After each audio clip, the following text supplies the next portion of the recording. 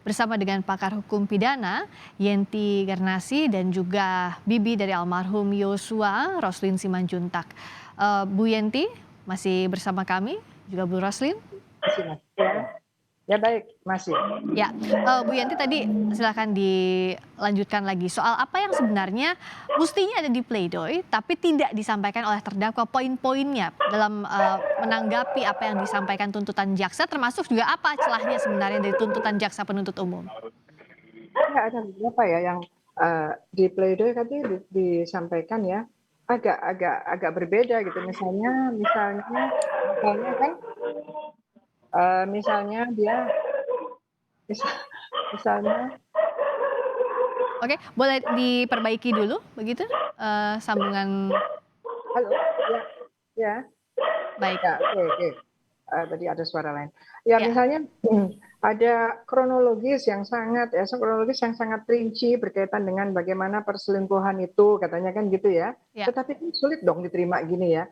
Ini kan menurut saya menurut saya nggak tahu juga ya sejauh mana ya hakim itu membebaskan pledoi yang tidak berkaitan ya. Nah ini kan padahal kita ingat loh asas kita pengadilan itu adalah cepat, murah dan sederhana kan gitu ya. Ya. Kalau ada hal-hal yang tidak relevan, kenapa tetap harus diberikan gitu? Ini menjadi pemikiran-pemikiran berikutnya kan.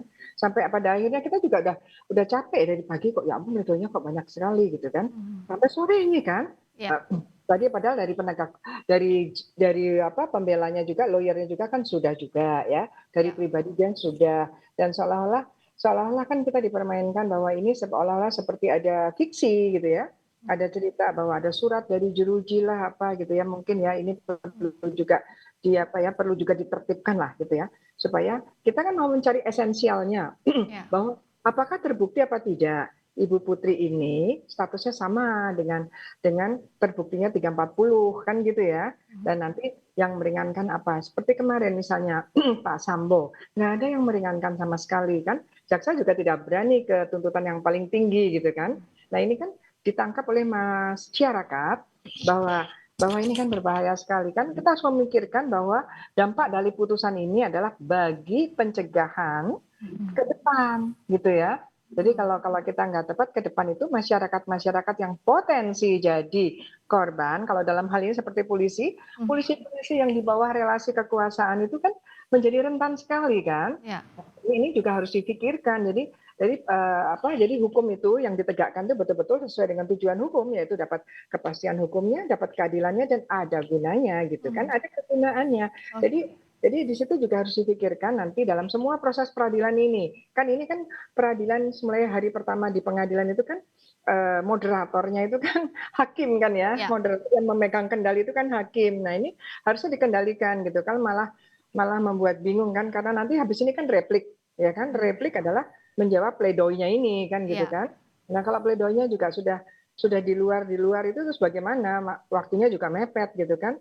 Jadi nggak masuk akal juga kalau misalnya sampai banyak sekali ya berjam-jam itu terus harus diapakan gitu kan. Ya. Tapi yang dituntutkan saja dan yang sudah pernah disampaikan di pengadilan itulah yang tetap dalam hal ini tetap kekeh dia bilang bahwa ada perselingkuhan. Terus kemudian ada perkosaan gitu Ya. ya. Malah yang muncul dari jaksa jadi Nah, perselingkuhan. dari jaksa juga Anda melihat celahnya seperti apa? Soal JC juga tadi Bu Yenti bilang bahwa Oh, itu seperti mendua tuntutan jaksa. Tapi yang iya, harusnya iya, dijawab di pledoi pun tidak ada karena itu tidak disinggung juga oleh para iya. terdakwa. Ya kan awalnya mengatakan tidak bisa JC karena JC itu adalah dari surat apa dari keterangan bersama ya apa itu namanya peraturan bersama Ya. Menteri Hukum, Jaksa Agung dan beberapa itu kan Ya. ada kan istilahnya bahwa bahwa ini adalah untuk kejahatan-kejahatan serius dan kejahatan terorganize kan gitu ya. Ya. Kemudian itu adalah serius itu adalah harusnya korupsi, narkoba dan sebagainya ini tidak masuk gitu. Tetapi kalau serius itu kan pembunuhan apalagi pembunuhan berencana itu juga serius kan. Ya. Perspektifnya dari mana? Konvensi juga banyak tentang itu kan. Nampaknya itu mental lah ya artinya oke, JC gitu kan. Karena apa? Karena kemudian jaksa mengatakan bahwa dengan rilisnya ya mengatakan bahwa 12 tahun itu sudah memperhatikan bahwa yang bersangkutan JC gitu. Karena kalau yang bersangkutan tidak JC tentu dia sama dengan Pak Ferdi Sambo gitu ya. Kalau menurut saya nggak usah pakai JC juga. Apa iya Eliezer itu bisa dipidana gitu ya?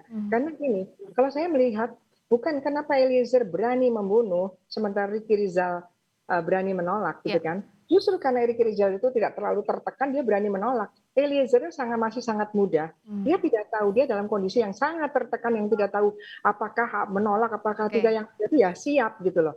Apakah dalam keadaan ini bukan masuk kepada pasal 48, dalam keadaan tertekan, yang bersangkutan tidak bisa memutuskan apapun dalam kondisi seperti itu. Saya berharap hakim berani mempertimbangkan pasal 48 karena hakim Ya. itu boleh hakim itu boleh ada penemuan hukum, ada penghalusan hukum, Ya. itulah keistimewaan hakim. Ya. Dan kalau sepanjang itu ada buktinya, meskipun itu di luar yang didakwakan, itu bisa hakim ke sana karena hakim itu memang mencari harus mencari keadilan yang sebenar-benarnya gitu ya. Itu untuk hakim. Jadi saya berharap Ya. nanti jadi menurut saya kalau salah mempermasalahkan JC kan sudah ya Ya. kan. Oke. Dan JC dia sudah sangat banyak kontribusinya Eliezer sehingga ini menjadi terungkap. Kan Ya. kita bukan menginginkan Baik. Eliezer bebas atau tidak, tetapi Ya. kita menginginkan siapa sih yang membunuh Yosua dengan berencana ini harus diadili seadil-adilnya kan gitu. Ya, kalau dari sisi Bu Roslin,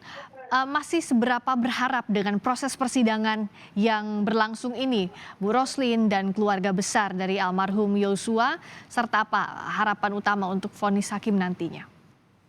Harapan kami ya untuk hukuman Putri, ya dihukum semaksimal. Bagaimana dengan tuntutan hukuman 340? Kami mohon kepada Pak Hakim agar lebih bijaksana lagi untuk memberikan vonis sesuai dengan hukum 340 pasal 340. Jadi hukuman seadil-adilnya dari hakim itu masih diharapkan oleh keluarga Bu Roslin. Terima kasih atas waktunya di Breaking News Kompas TV. Ibu Yenti masih berlanjut, kami mohon masih bersama kami. Terima kasih, kami masih kembali sesaat lagi tetap di Breaking News Kompas TV.